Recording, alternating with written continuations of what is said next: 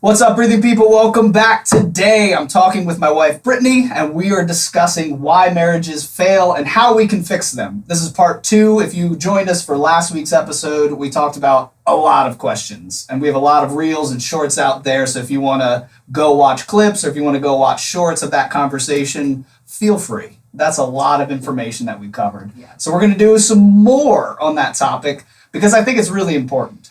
I think so many people get to a point where they're in the marriage and then it ends. Mm.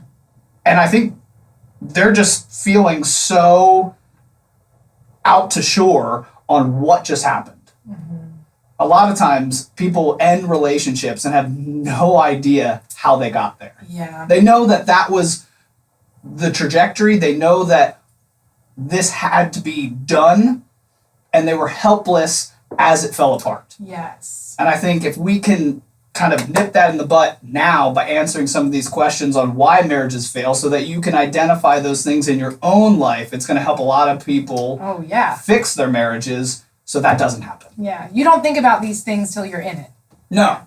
And we've been in it. So any experience that we have, that's what we're pulling from to answer these questions. I don't know what the questions are. Brittany is the curator of the questions. I feel like you should have like some title. A hat or something. Yeah. A medal. The sorting hat, like Harry Potter or something. Yeah. But she's going to be curating the questions. Make sure if you want your questions answered in future episodes or you want certain topics discussed, put those in the comments. We will add them to a list so that we can talk about the things you want to talk about. But for now, Brittany's relying on Google to get those questions, so ask away. Yes. Okay, question number 1. What might forgiveness look like between a husband and wife, and how might it affect a marriage? And to clarify what I mean by forgiveness, forgiveness for a deeper cut, to say, like not something like you stained the carpet when you spilled your coffee. Right. But something a little deeper, like maybe there was an unfaithfulness that happened or a breaking of trust. Something that's more significant. What might it look like? I'm going to add to this question. I'm sorry. What might it look like for What might forgiveness look like between a husband and a wife, and how might it affect their marriage? And what would it look like if there's unforgiveness, and how would that affect the marriage? Okay. So it's a loaded question. Yeah, but it's just two sides of the same question, which is fine. So what would it look like for there to be forgiveness? There would look like the type of forgiveness that exists in Christianity, which is if we are to forgive like Jesus or forgive like the standard that God laid out, then that is a standard of, hey, as soon as you ask and repent of whatever that deep cut is, whatever that unfaithfulness is, that sin is cast as far as the east is from the west, never to be brought up again. Yeah. So real forgiveness in a marriage, obviously we're not going to do it that perfectly. No. Yeah. But as perfectly as we in our humanity can, it needs to have that main factor of never to be brought up again. Yeah. We're never going to forget like God can. Yeah. We're never going to be able to cast that sin as far as the east is from the west. But we can do our best to not bring it up. Yeah. And I see that as being the major failure in our marriage and the major failure in a lot of marriages is people, they love to bring up things at the opportune moments, which means that it's not even like deep and like you just kind of remembered as the conversation was going. That means it was locked and loaded, ready to be shot. Yeah. So I think a huge part of forgiveness in marriage, the good way, when you actually forgive, is that it won't be brought up again, whatever that forgiveness was given for. Yeah. So, and then going along with what unforgiveness looks like in marriage, it would just look like a pattern of that, where there is a constant cycle of you always attributing every action of your spouse with a wrong or with a cut or with a hurt that you experience from them, and you're just constantly bringing up examples for every action that they do. Maybe it's not the same as that real bad one that you won't forget. Right. And you attach it to now all of these new actions and say, that's because just like then. You're like building upon it. Mm-hmm. Yeah. So I see that as a pattern of unforgiveness in marriages where we just attach all past wrongs to any new mistakes that our spouses are making. Right. And how would that pattern of unforgiveness affect the relationship? So, I mean, no one wants to live in that household. Yeah. No man or woman should be expected to want to remain in that environment. Right. And you can't expect to receive forgiveness from that person either if you're going to keep plummeting them or pummeling them with unforgiveness and bringing up past things that they've done. Yeah. You can't expect it. Yeah. And you shouldn't, because you wouldn't expect that for yourself. Right. You wouldn't expect that for yourself if roles are reversed. And it goes back to a lot of the conversations we had in the previous podcast of the inverse is always the thing to look at when you're identifying, what you desire in the relationship. I want forgiveness, therefore I must first give forgiveness, and then my spouse will feel that they have the ability and can trust you with that thing by forgiving you. So would you agree that it makes the husband and wife draw away from each other, unforgiveness? Yeah, I would say draw away is definitely going to be a natural reaction. Yeah. Push away, I would say, is a better analogy for what's happening in there. Right. Because, well, it's probably a little bit of both. Yeah. Because you're the other person's pushing away so that you can draw away to keep yourself safe. Right. Yeah. Yeah. But that unforgiveness left in a marriage, you are pushing that person away. Yeah. Yeah. And then in turn, they're going to be drawing themselves away from that situation, to protect themselves. Yeah. For sure. That's good. And so what is the result in a relationship when forgiveness is the norm? I think trust can actually be maintained when forgiveness is the norm. Yeah. Because I can trust you with my mistakes. Yeah. And if you can trust someone with your mistakes, you can trust them with so many positive aspects of your life. Right. You can trust them with your dreams. Yes. If they're trustworthy in your mistakes. Right. That's when you are able to give everything to that person. So you harboring unforgiveness is going to be preventing your husband or your wife from rising up to the standard that you would like them to exist at, where they're giving more and more and more of themselves to you in the relationship. Yeah. I think that's good. I'm not going to go into these questions, but I'm just putting it out there because I think it's important to say. There is a time, I think, when you should always forgive, but I think there's a time that it's okay to make purposeful distance if the person is taking advantage of your forgiveness. Yeah. Like if it's starting to enter into like abusiveness, I just want to that's a different podcast in itself. Yeah. But I just want to put that out there. This forgiveness is always needed, but sometimes there is a distance that needs to happen if one party is continuing to have to ask for forgiveness. Yeah. But please, if the relationship is healthy enough for you to do this, make your spouse aware that you need that space to possibly, with their hopeful growth and repentance, come to a place where you can forgive them. Yes. You don't need their growth. You don't need their repentance to forgive somebody. Exactly. Mm-hmm. let me take that back. You kind of do in a relationship. I would say in What do you mean? Explain. There's definitely times where you can forgive somebody without their repentance. But you don't have to spend a lifetime with that person.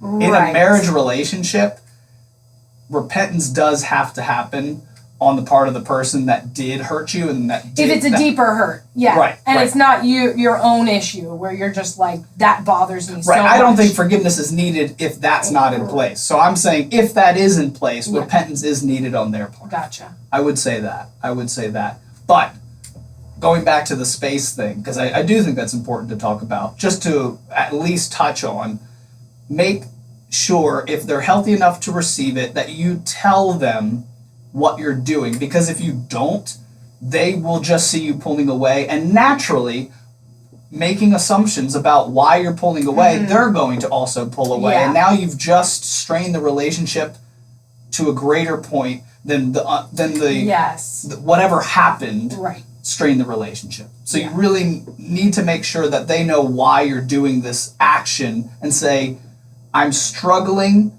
to get to forgiveness right now. I'm going to take space to work towards that. Right. Just so that they can have peace of mind and be like, I totally understand. I made a mistake. Take whatever time you need.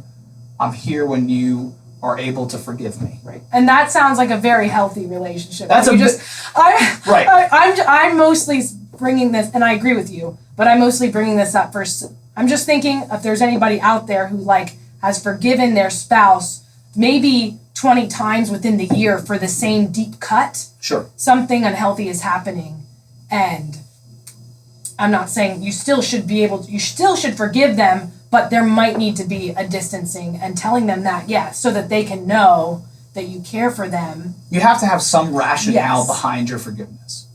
You can't just forgive on a whim. You can't just forgive because you love that person. That's not actually how forgiveness works. Wait, explain what you mean. So you actually have to have some way of defining why you're able to now forgive that person.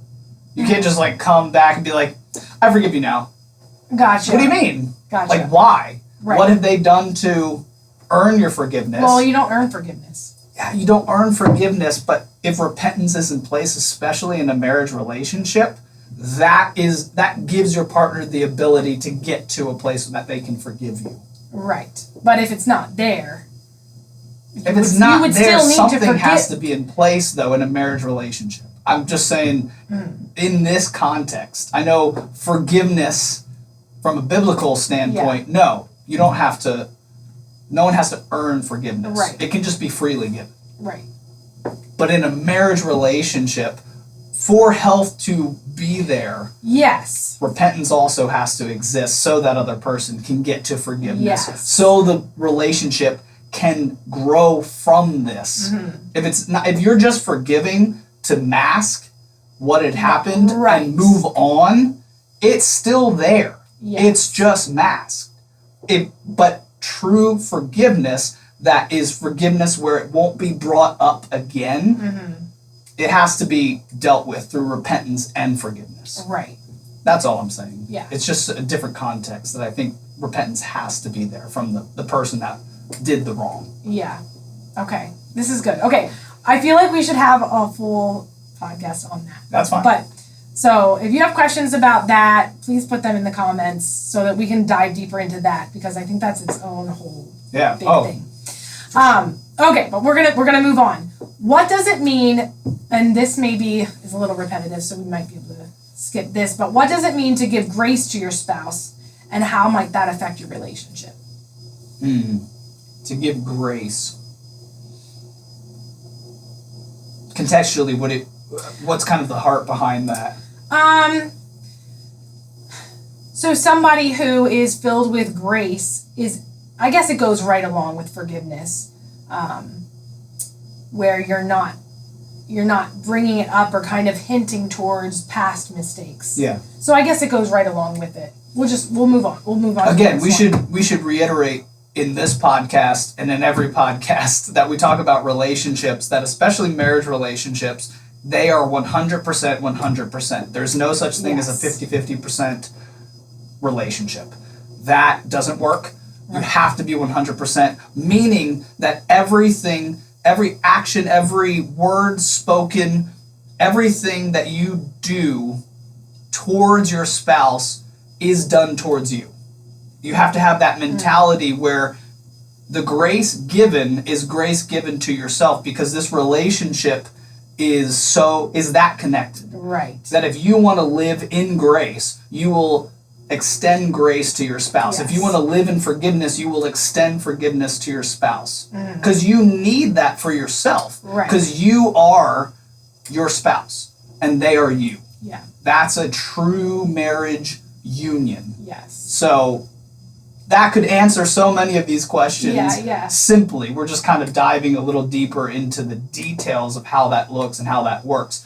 But macro level, 100% in your relationship is going to define how you extend all of these things: grace, forgiveness, mercy, patience. Yes.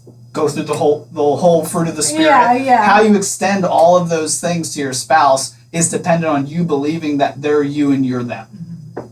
Yeah, that's good. That's good. So what things, this is still on forgiveness, this is the last question on forgiveness. What things or barriers might make it hard for you to forgive your spouse or to give grace to your spouse? And how do you overcome those things? Yeah, most of the barriers that you're going to experience in that are personal. Okay. So, can you tell me what you mean by that? Like past trauma, past issues where you were met with disappointment, where you were met with people were untrustworthy in your life. That's going to carry into how you think about the actions of every person thereafter. Yeah. So, including your spouse. And you're going to come in with those just natural default settings that is going to be a barrier to you quickly extending grace in periods where it's needed. That's good. So I think just being aware of the things that have happened in your past and really paying attention to those, not just trying to forget your past, but say, what lessons do I need to pull from my past to inform my future is really important. And how would you say somebody should do that? I'm talking in a very practical sense. Like, let's say you're newly married and your spouse does something that kind of cuts you deep, and maybe you're lucky enough to be able to recall like why that hurt you so much. Yeah. Like, how do you walk forward in forgiveness? When you know, like when, maybe, like let's say you've been blessed. Let's say you've been blessed with the ability that you are aware at this moment why that hurts so much. Okay. And what would you say is the best way to go forward and forgiving? Like, would it be good for you to explain why? Like, should you explain? Not good, but necessary. Okay, so you should say, hey, what you did really hurt me because of.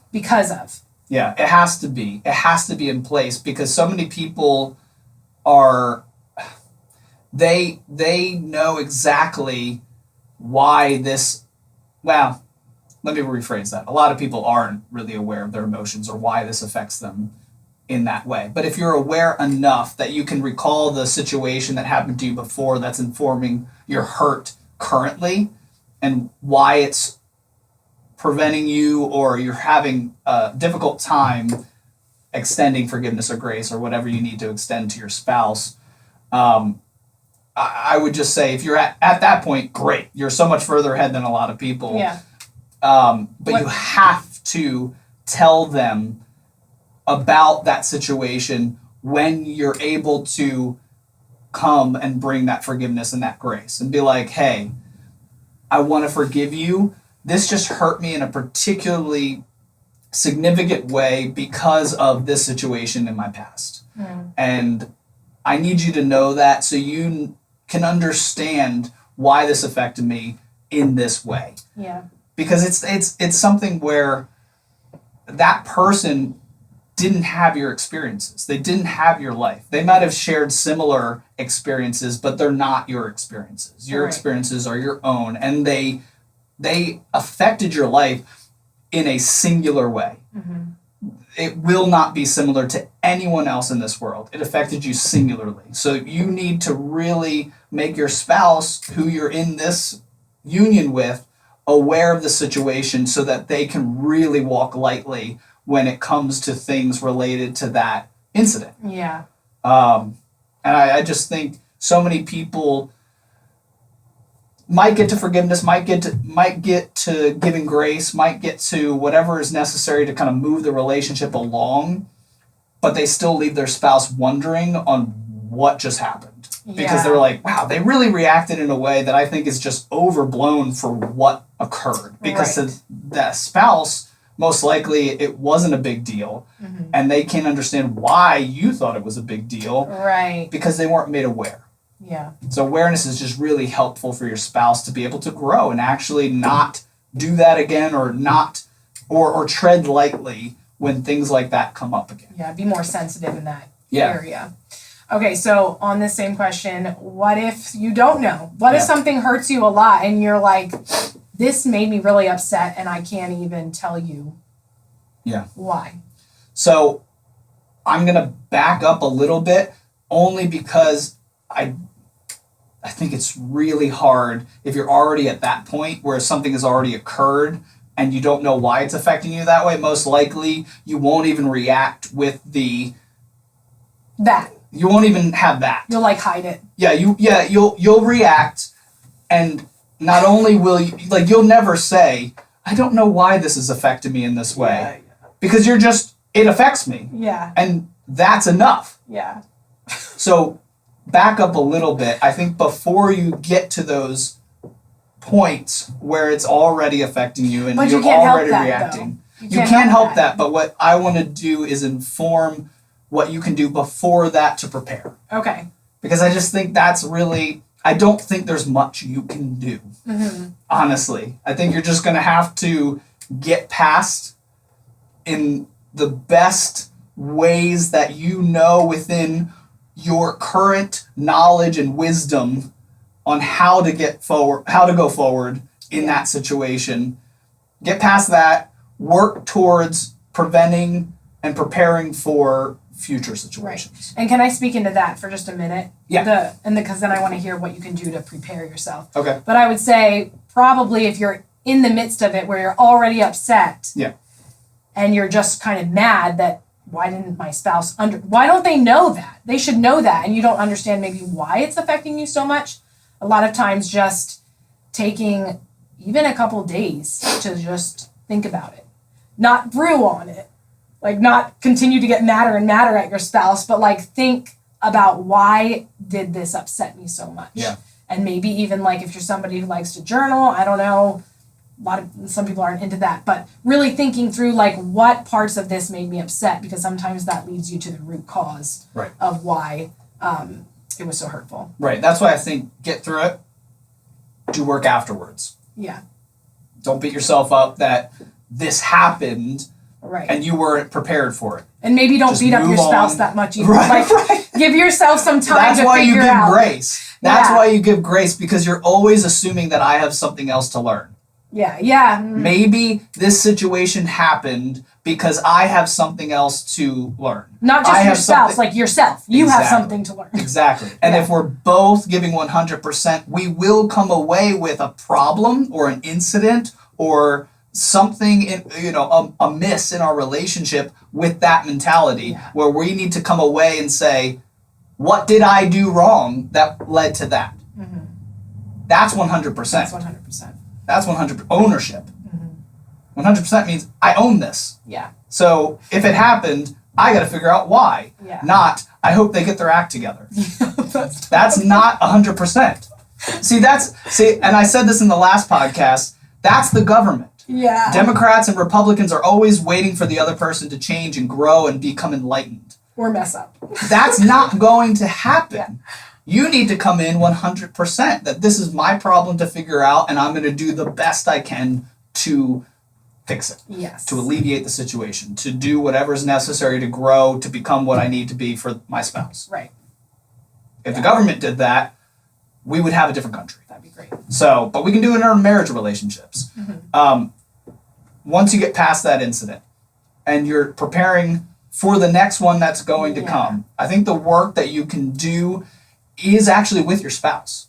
I think the best way, because of how blind you will be to your own emotions, to your own past, and how it informs your future, is to do it with your spouse. And explain what you mean. So if that's the safest person in your life that you can actually express these situations to and ask them to identify maybe some blind spots in your own life on how those times, those really kind of pivotal incidents in your life might be affecting you now in how you react to things and how in your current actions and the way you speak and the way you they're going to have, because they are in such close proximity with you and because they love you, they pay such close attention to every action and reaction and facial expression that you have.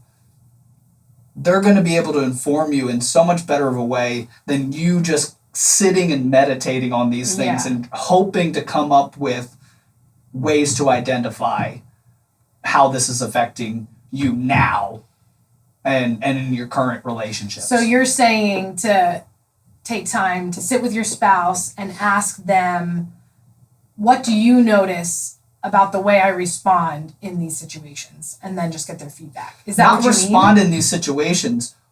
Let me tell you about this in my past.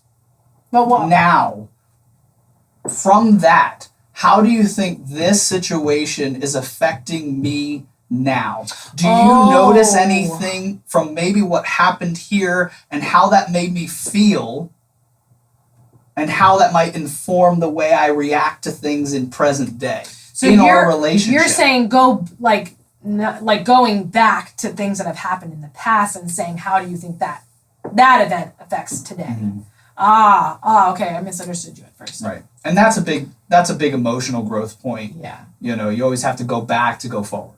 Yeah. You have to not bury your past, but not even embrace it. That's a terrible way to look at it too. But you need to face it. Yes. And learn as much as you can from it, because it does define you. It doesn't have to. No, it doesn't. But it does until you actually face it. Yes. It does define. It controls you. It controls you, and it does define you until you face it and learn from it. Yeah. Until that time, you're defined by your past. Right. And I say, as a Christian, I don't believe that your past defines you. Right. I believe in forgiveness. I believe in that God does cast your sin as far as the east is from the west. I believe that. Yes. But in my humanity, in my flesh, I know that my past is still affecting my mind, and it's still affecting my soul, and it's still affecting my habits. Right. So I need to face those things so that you can be free of it. I can be free of it. Yeah. Yeah. That's good. Never thought of that. Okay. The next one is, and I feel like this is about communication. So communication is kind of super important for all of these areas, but how can communication in a general sense build or tear down your marriage? So communication is the number one metric on how healthy or unhealthy your marriage is. If it's good, your marriage is healthy. If it's poor, your marriage is unhealthy. Right. It is the best way to see how you're doing. Right. The way you speak to that other person. The way you speak. Yeah. Yes. Not just the material. Because you can talk a lot. Doesn't mean you have a healthy relationship. Right. No, that's very true. Yeah. That's very true. And a lot of people do talk a lot over each other. Yeah. Or better yet, past each other. Yeah. Where you're addressing something and someone that's not the person sitting in front of you. Yeah. Because if you were, you'd speak differently. Yes. If they were that person that you actually loved and cared about, like you purported to do, you would speak differently to them. Yeah. But you have made up in your mind, this isn't an unhealthy, poor communication marriage. You have made up an avatar of your husband, and you're speaking to that. You're not speaking to the actual person in the room that you're present with. Yeah. You're speaking to this avatar that you've created that never does the dishes and that is always getting home too late and that fill in the blank. Yeah. That's who you're speaking to, and that's why you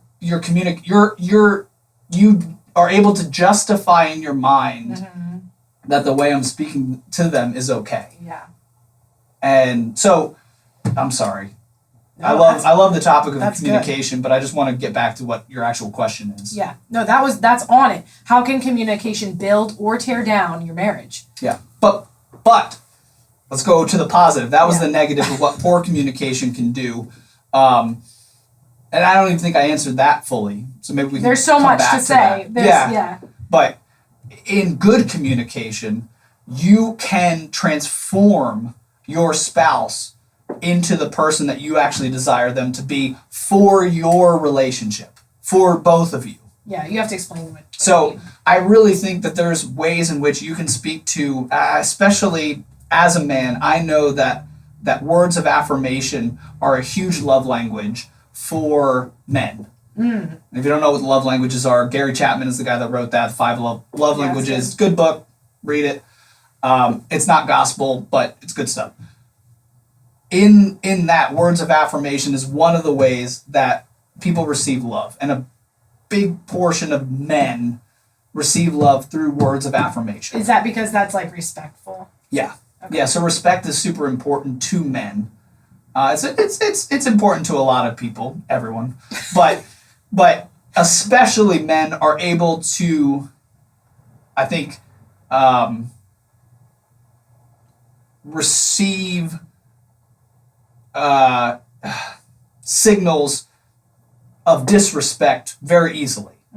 Like they're able to really feel and receive ways in which, like through speech or body language or, just situational awareness, that they're being disrespected in this situation or by this person. Yeah.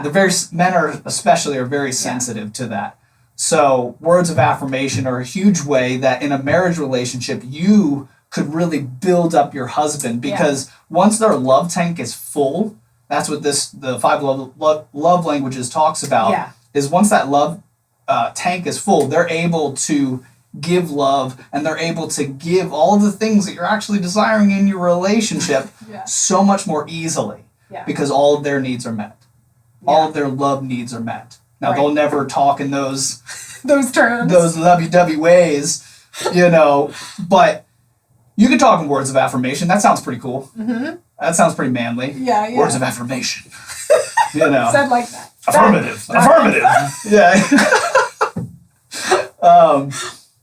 But that's one example of a way in which communication, so words of affirmation are just ways in which that you can appreciate and you can communicate value that you have towards your husband. Yes. I really value this about you. I really appreciate this thing that you do. I really, it's very easy. Right. Hey, thanks for going to work every day.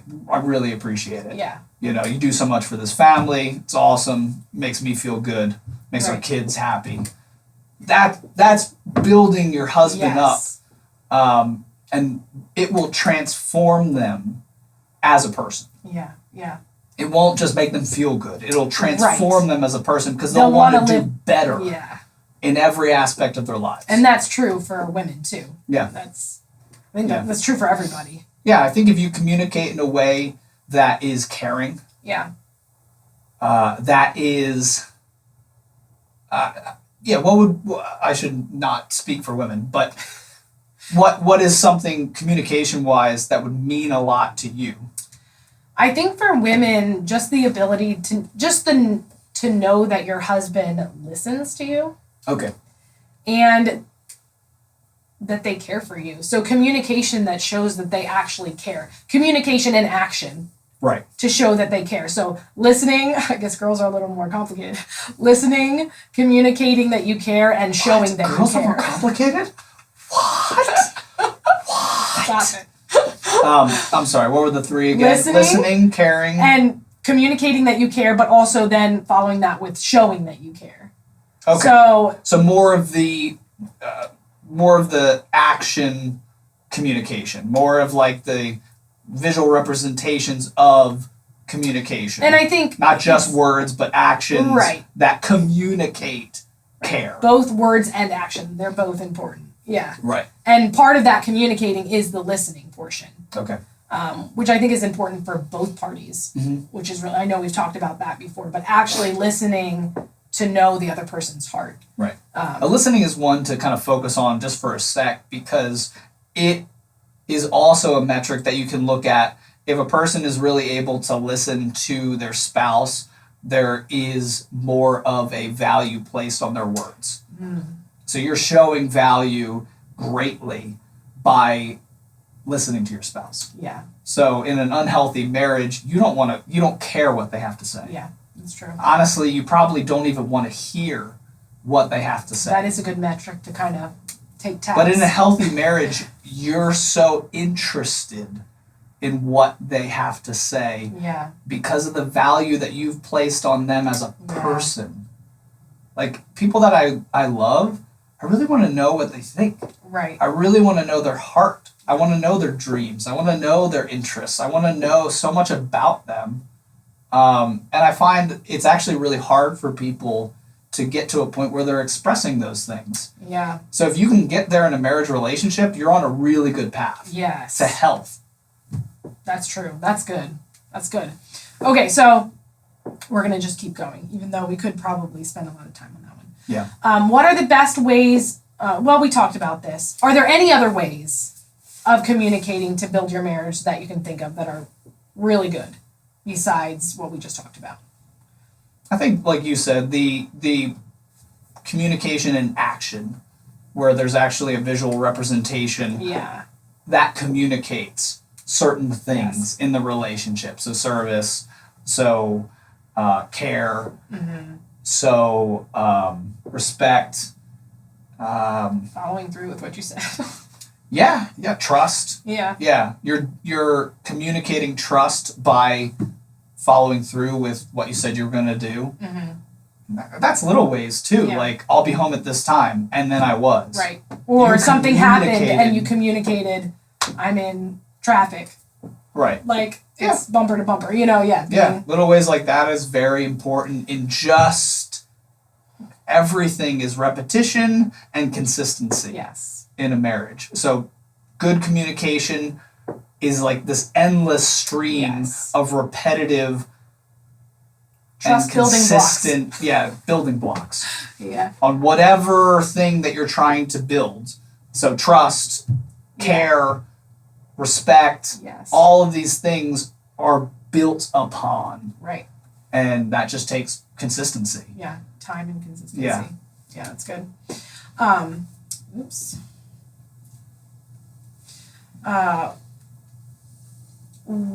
What are some things people can do or resources that you would suggest for those couples struggling with communication?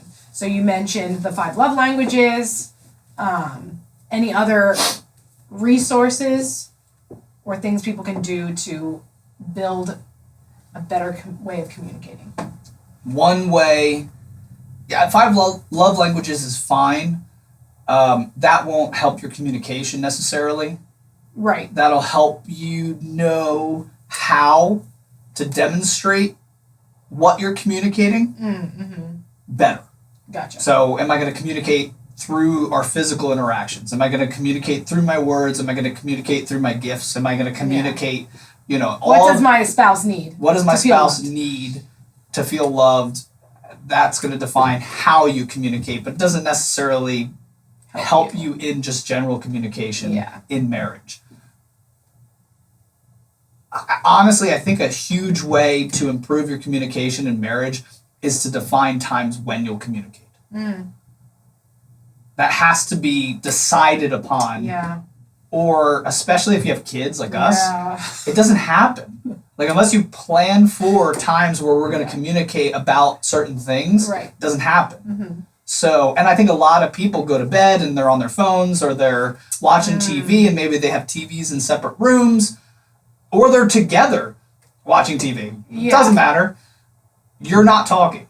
Yes. You're doing something other than communicating. Yes. So first I would just say, make time to actually do it, because so many people live in the same houses and they don't even know the person that they're with because they're just so distracted. And it's so easy to do. I just have to It's so easy to do. It's there. relaxing.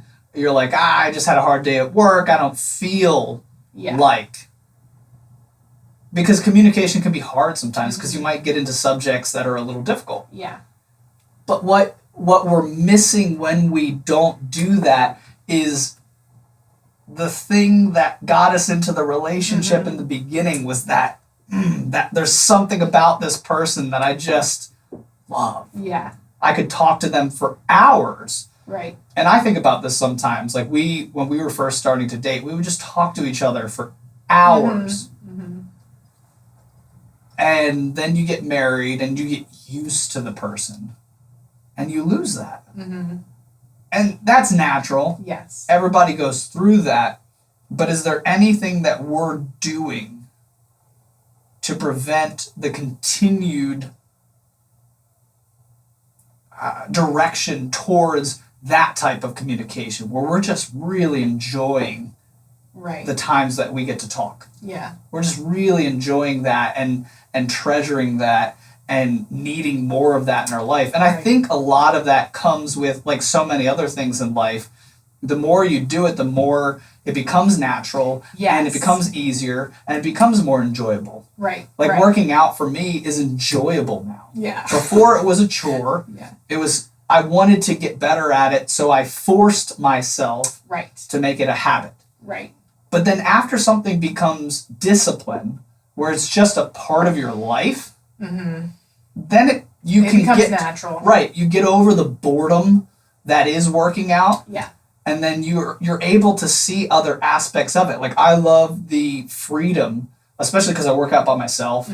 And so I just have quiet, and I have That's just a treasure. Yeah, and I just have freedom to just have my time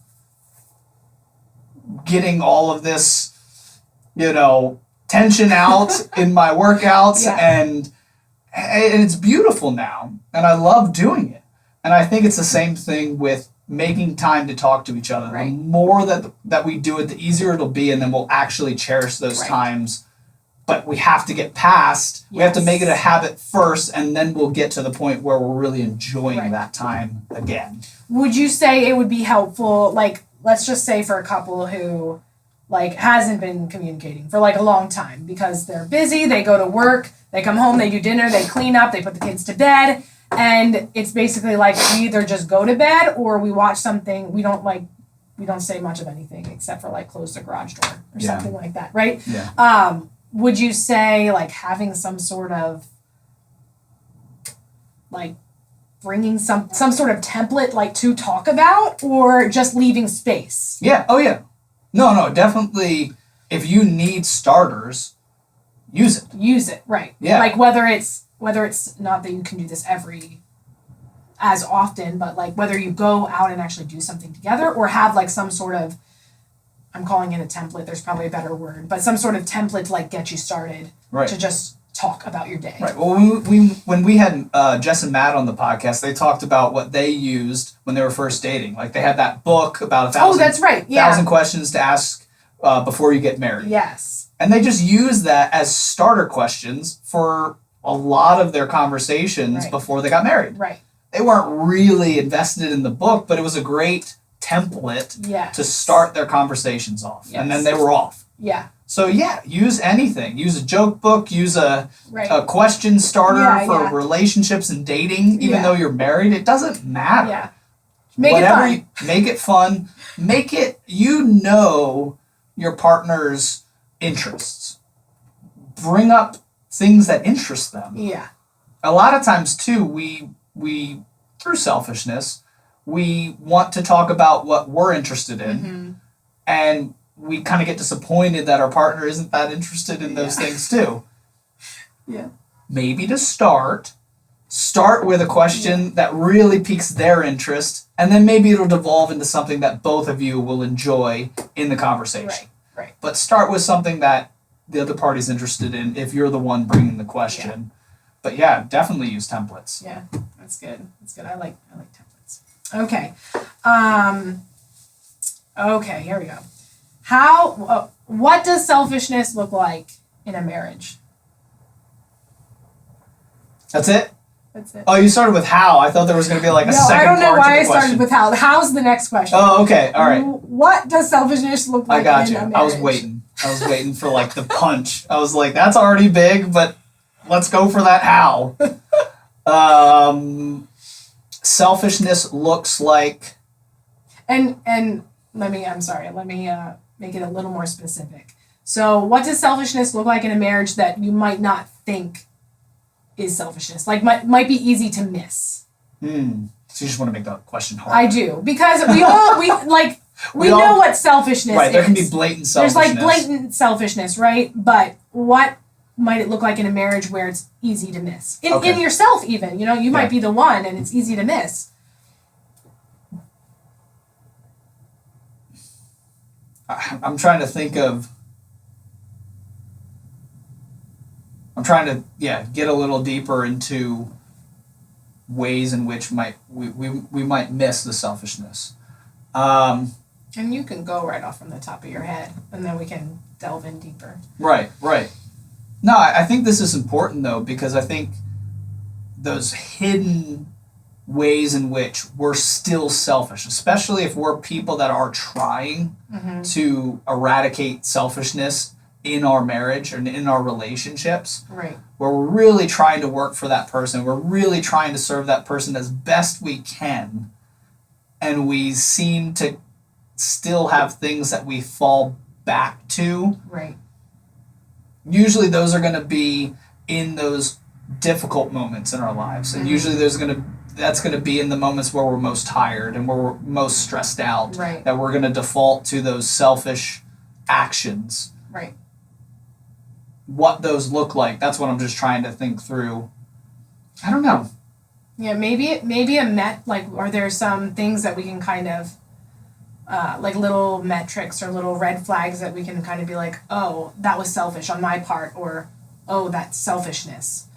Anytime that you don't communicate why you're needing to take why your feelings and why your needs are going to need to take precedent in the relationship without, so anytime that happens and you're not able to communicate why to your spouse, I think that could be a hidden sign of selfishness in the relationship. Does that make sense? Okay, so what I think you're saying, and I think I understand it, is like if you have just kind of assumed that what you need and what you want is more important right now than your spouse's, but you can't explain to them why. And you're just kind of like, mine's more important and yours will have to wait. Yeah. That's what you're saying. Yeah. I don't really know how to define that anymore. Yeah. I just think that's an awareness metric that, like you're saying, that we can just raise our awareness in times where we are demanding something from our spouse. Greater service, greater love, greater care, greater whatever it is, and we're not communicating with them to why this is necessary at this time in our relationship. I think that's really good, actually, because a lot of times it is easy to just assume that what you think or what you want is like most important. Sure. And so if you catch yourself doing that, you can then realize like, oh, wait, like I never even asked him if that was okay, or I didn't ask my spouse what they thought about this, or I didn't ask them about what they needed. Like, do they need me home on this day, or whatever it is. When you go straight to assuming that your needs and wants come first, that probably actually goes into every part of your marriage without you realizing it. And it's completely natural for you to think that way. And a lot of people that are married do think that way. Because that's how you thought before you got married. Sometimes their marriage relationships are functional in that thinking. Mm-hmm. But it's not optimal. Yeah. It still is a sign of selfishness because, and I could be wrong about your relationship, but most likely you are not that motivated to think about the times that your spouse needs more care, more service, more respect, more just attention to the details of their lives. Right. It mostly is communicated when you need it. Right. Right. With very little thought to the inverse. Yeah, that's good. And how do you think that will affect your marriage in the long term? Resentment. I think the spouse will just come to resent you. When they get honest with themselves on why I'm not receiving the same level of care and respect and service that you are. Right. And what do you think? Because I'm sorry. No, go ahead. For a while, you can exist off of that based on their love for you. Right. Right. Like they're like, well, I love her, or I love him, so I will give. Yeah. And I will give. Yes. And I will give because I love them, so I will give. You know, and you can exist for a very long time on that, but then there will get to a point where that person is really in need. Yeah. And it's not reciprocated, and they go, "Oh, I just got played." Yeah. And maybe that was not your intention, right. but that's how they're going to receive that. Yes, because they've been giving so much. Yeah. Yeah. Okay, that's good. Now, okay, so here, how do you become aware if you are that person? Are there little things that, I guess we just said it. If you notice yourself, right? Always just assuming that your needs are more important. Yeah, that's how you notice it. Honestly, hopefully someone listens to this podcast or a clip or that's the only way you'll No. I mean, honestly, if you're going through life with some semblance of humility where you are trying to get better in your life, right? Maybe you'll hear this and it will trigger a thought in your head, right? That, do I do this? Like, that will come up in your mind and you will investigate that. Right. And come to the conclusion, yes or no. Yes. And for most of us, it's probably a yes, but how much does that happen is like the question. No, that's good. That's good because it is something that we all do. Yeah. We all have needs in our life. We all have times in our life where we need more of something. Yes. But yeah, how much is it reciprocated often? And like I said, though, don't let that get into the, well, he gives me this, I have to give him that game. Right. Because I hear that a lot in marriages, too. And I'm like, No, you just give because that's your spouse. Yes. And hopefully they're doing the same. And if they're not, it just needs to be addressed, not in a, well, I gave you. Yeah. It needs to be addressed in, do you love me? Yeah. Like, that's... Ooh. And that seems harsher, but it actually is way more loving. Yeah. Yeah. Way more loving. Because you're not playing like the 50-50 game. No. Yeah. No compromises in marriage. Just negotiation. That's good. How can individuals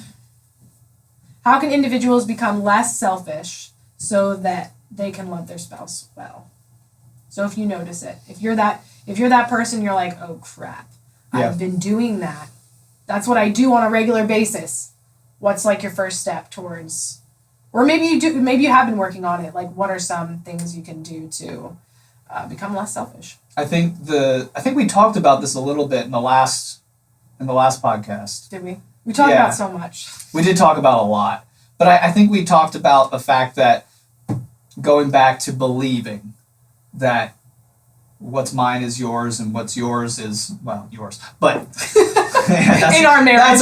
That's our running joke in our marriage. But that's with things like food and chocolate and ice cream. Things that are mine.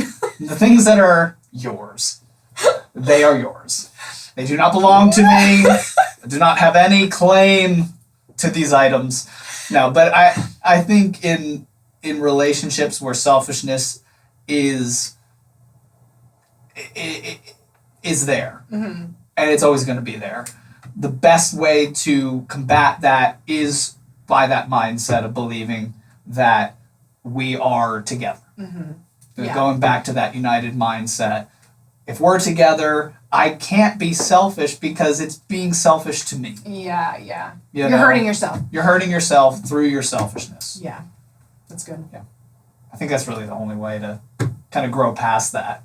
Because there's nothing else that can really combat that. Like, I don't think you can make someone feel bad enough to change.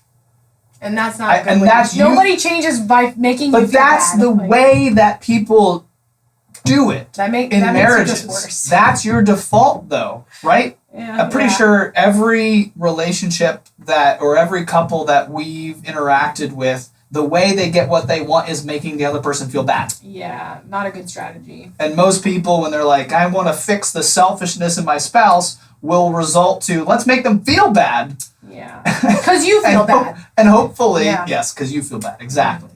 Exactly. That's addressing it and actually bringing it into the light fully is I feel bad by your selfishness. That's way more effective than let me make you feel bad so that you change. Right. No. Yeah. I don't want to. Selfishly, I don't want to. It's true. It's true. And kind of justified in that. You give the person the freedom to make a choice then, a positive choice, by going about it that way, saying, how you acted there affected me in this way. Mm-hmm. And so you're leaving it on them to hopefully make a choice that is loving and unselfish towards you. Yep.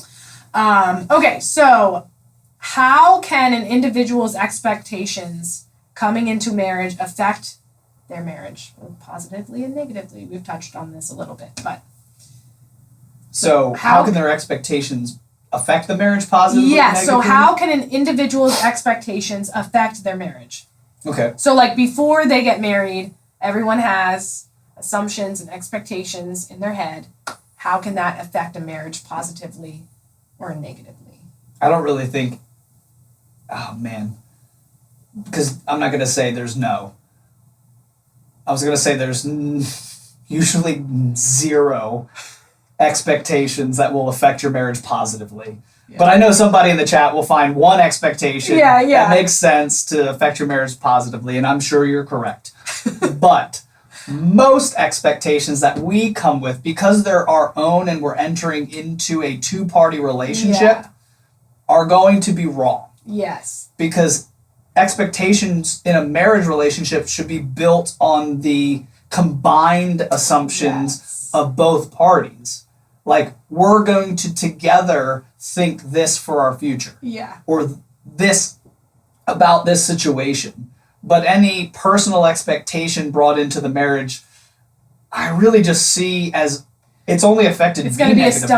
It's going to be a stumbling block. Yeah. Like every expectation needs to be expressed and be like, this is what I assumed this would be like, or this is what I expected.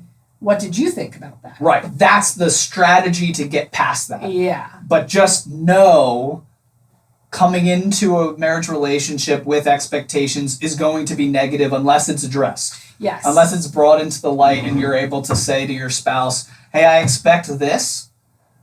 And they're able to answer, heck no. Or, yeah. Sounds good to me. Yeah. I think that's so important. I love that question because everybody, whether you tried not to or not, you have expectations in your head coming into marriage. Yeah. And so just being aware of that, like I just never thought of that when I got married. Like your assumptions you just think are true. You're just like, oh, this is how it's going to be. But then it's not. So whenever those assumptions or expectations kind of hit a wall, that's when you can say, oh, I had just assumed this, and then talk it over with your spouse. Yeah. Okay. How should okay, so we just talked about that. Okay, what do you think? Wait, hold on. What's one expectation that you brought into marriage that you were most surprised about when it was maybe not fulfilled? I assumed, I don't know why, I should not have assumed this, but I assumed that communicating would be easier. Like once you got married, it would become easier, or that it just... I just thought magically it would get easier. That was one of my magical assumptions. Magical assumptions. I love that word. I think we're going to talk about this a little bit. Okay. But yeah, but a lot of people do think that when you get into marriage that certain things are going to just be easy, even if they weren't easy in your dating relationship. Yeah. That is an assumption that a lot of people have. That was one of mine in specifically communication. I just thought that, like, you were just so close to that person. Right. That, like, communication would not be hard. Like, that would be the easy part. That was not true. Yeah, time spent with each other would... just mend that. Yeah. But it doesn't. It doesn't. So that was one of mine. How about yours? I don't know. I would have to think about that because I don't really think I came in with really defined expectations because you kind of exceeded what I cared about. Like, I care about being fed and like the house being kept fairly clean. You know, no, seriously, like all I desired coming into marriage is that I would find a person that wasn't a slob. Yeah. Okay, I'm not that. Yeah, and I could eat decently. Yeah. Even if it was like the same meal over and over again. Right. I'm not a hard person to please in that way, so I'm good with that. Yeah. But if that's what I expected, and I've received so much more. So much more. Praise God. Thank you. But no, I would have to think, because I'm sure I came in, I'm 1,000% sure that I came in with other expectations in regards to, I don't know, sex, in regards to communication, in regards to maybe even how we would develop as friends. I think like that's, okay, maybe that's one where I hear so many people be like, she's my best friend. Yeah. I love you. Yeah. And I'm really happy to be around you. Right. But I don't know if I'm like, we're husband and wife. Right. It's like a different... I don't have like that best friend dynamic where I'm like, let's be silly together. Yeah. Like, I don't know. Yeah. And I expected that to blossom and develop in the course of marriage. Right. And maybe we're just exhausted from kids. But like that part really isn't there. Yeah. And I'm okay with that. Right. I don't need you to be my best friend. Yeah. You're my wife. Yeah. You That's know? Cool. Okay, I didn't know that. Yeah. That's funny. Okay, thank you for sharing. All right, so where are we now? Did I say this one yet? How should an individual deal with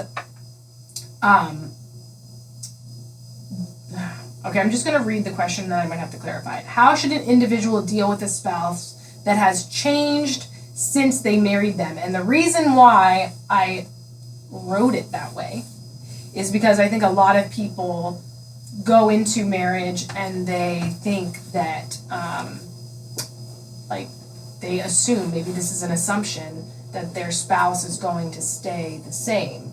Oh, okay. But then they get down, like, maybe 7 years down the line, and they're like, my spouse they're not who I married. How would you speak into that? What would you say to that? That assumption, that unmet expectation? Right. The only thing, if you're going to speak in truth to that person, if we're just going to go straight to the truth, it's, well, you're not the same person either. Yes.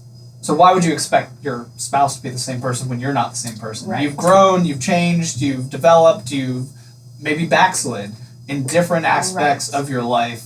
So why would you put that expectation on your spouse? Yes. That's just full-on truth. Right. But if I was to come at it a little more subtly, I would say when it comes to change, we have to also understand that all of us, especially when we're young, especially if we got married in our younger ages, don't fully know who we are yet. Right. That's such a difficult journey for every single person, especially around the age in which you get married. Yeah. So we're still in that stage of discovery. So we have to know coming into marriage.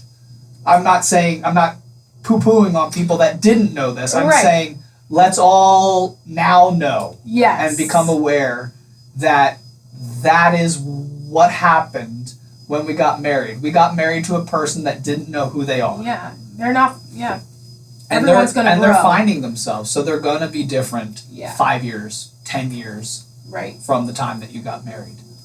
And that's probably good. Yeah. Could be negative in your situation, but they're growing into who they think they should be. Right. And that's good. Growing together is good. Okay, so we touched on this briefly, but I'm going to say this question anyway in case you want to speak into it more. It is a common assumption that things will get better in a relationship once you get married. So what do you think about that? And will the issues that you had before marriage be easier to work out or work through once you're married? Like, speak into that assumption. Yeah.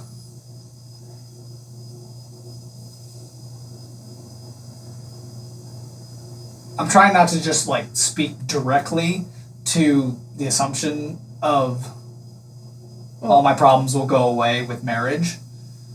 But you can. I mean, I gave that example of mine where I thought that communication would just be easier. Right. I think that's it. I love the magical assumptions. I love marriage is magical. Yeah.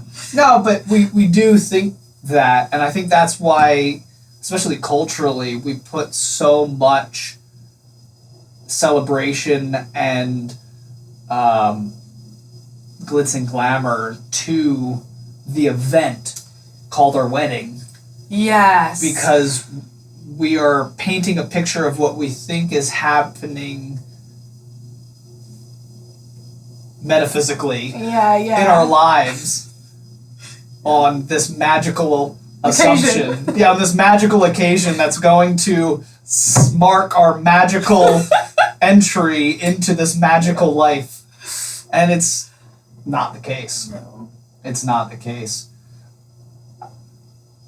So I don't know. Yeah. I honestly don't have a really good one on that. Don't assume that marriage is going to fix anything. Yeah. Anything. If anything, it's going to probably make the problem more urgent. Right. Because you're going to be with each other more, and you're going to have to really work it out. Right. And I love marriage. More specifically. But that won't overshadow the issues that you will encounter they will be bigger than anything that marriage does fix in your life. Because it could create more responsibility. It could create a fire in you to work harder. It could create a fire in you to grow personally. And it could do really great things in your life. But the problems you're going to experience because you have to. Yeah. You have to experience these things. I think that's something that people need to understand is the experiences and the conflict and the things that you're going to go through after you get married are necessary. Yeah. You have to do it. You can't grow closer to that person because or become a better person without it. You are not united without those things. You have to go through a time where you're growing in your communication with each other. You have to go through a time where you're figuring out what sex looks like in your marriage. You're going to have to go through a time where you're going to have to figure out boundaries in certain areas of your life. In terms of, I used to do things this way. I used to be home at this time. I used to whatever it is, you're going to have to figure out those things. You have to do all of this for that union to take place where both parties are like, yes, yes, now we're united because all of these other things are now dealt with. And sometimes that is a work in progress. It takes years, right? Yeah, but you have a lifetime. Yes. So don't get impatient.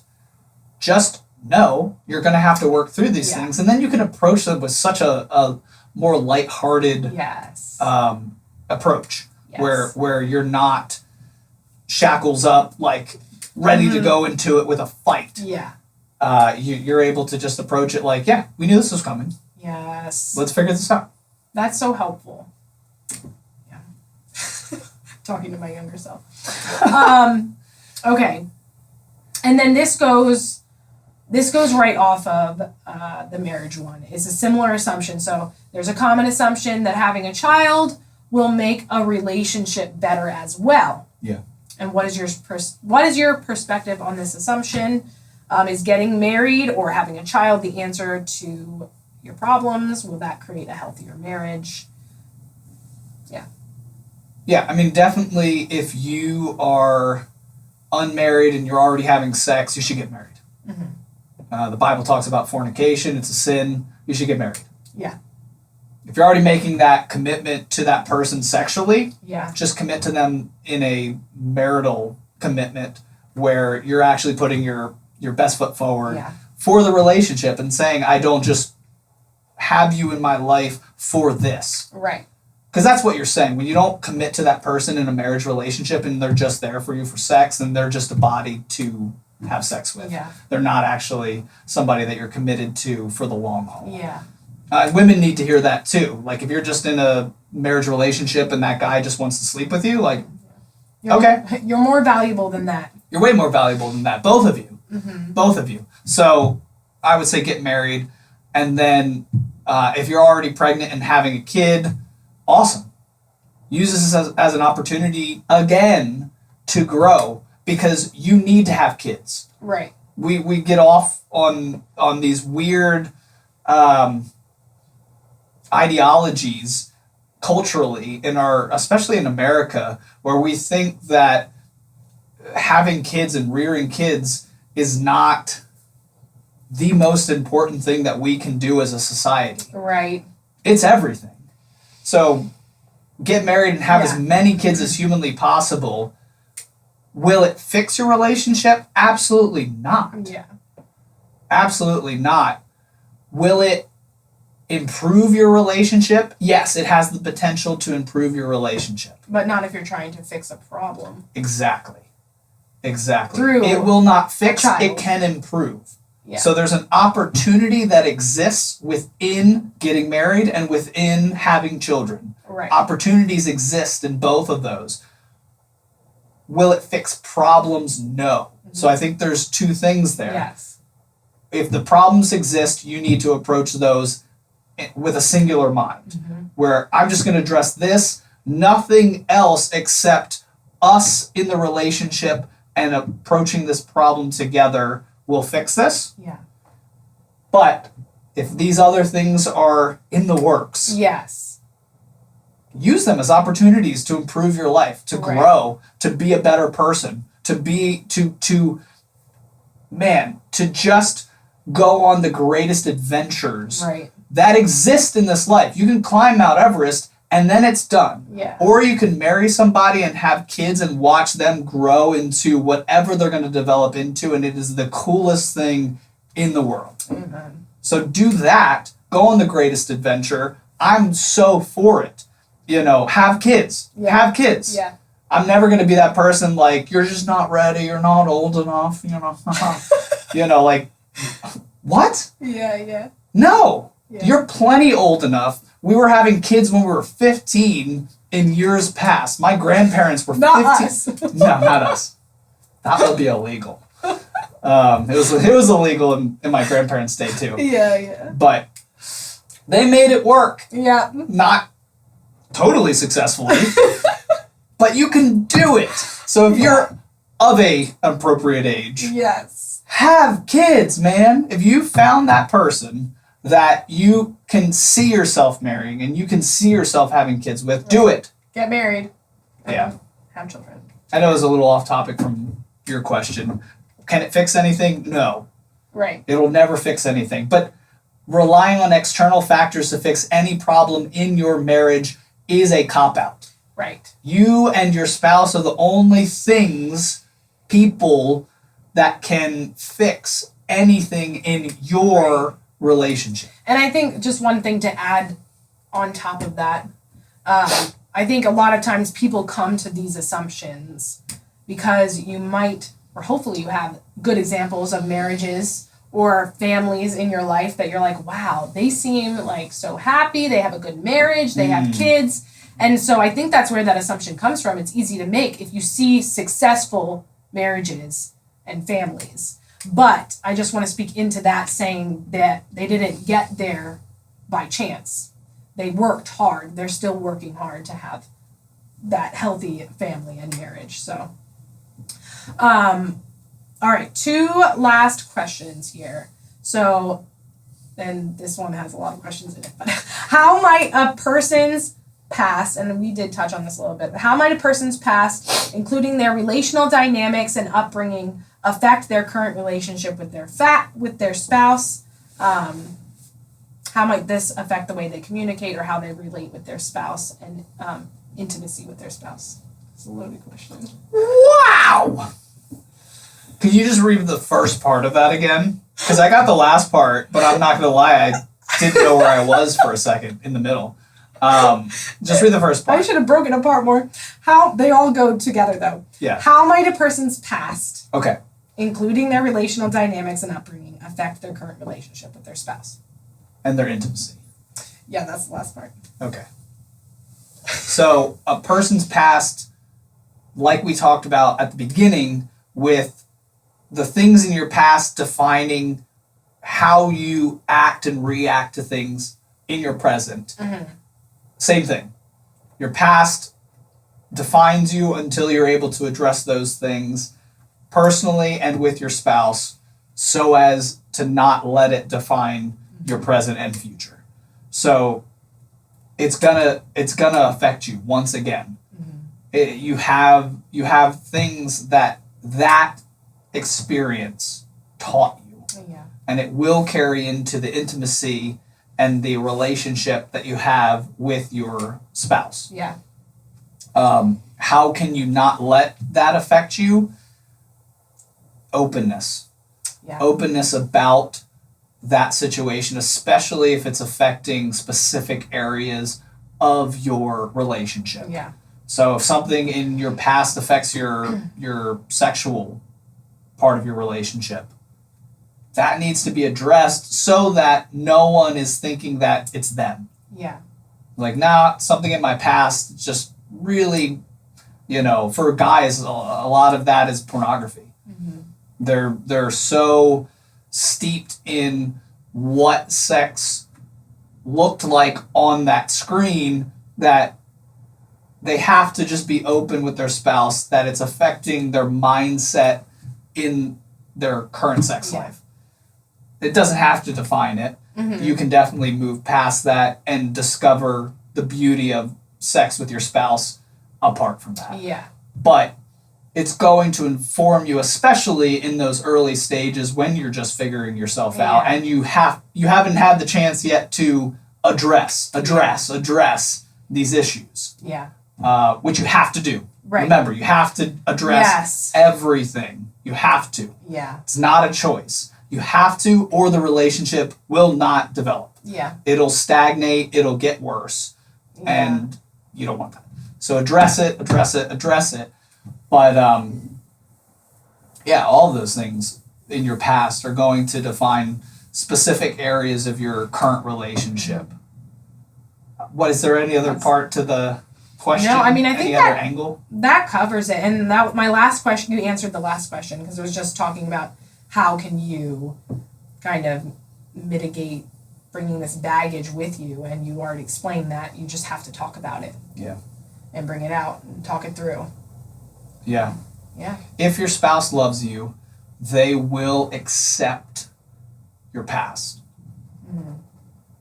they will accept your desire to get over your past. Yeah. Because they know, hopefully, that it will benefit them Yeah. for you to grow from your past. Yes. And grow past your past. Mm-hmm. Yeah. That's good. That's it. That's it. Woo! Made it to the end of those questions unscathed. So we will see you next time. That was a very long episode. We will cut this up into clips and put it on our Just Breathing Clips channel. So if you want to head over there and subscribe, that would be great. We will break all of these questions up. You can watch them in more of a succinct way. And we'll see you on the next episode. Make sure before you leave a comment. If you want to talk about something specific, we will take that into account for planning for future episodes. So thank you all for watching. We love you all. Goodbye.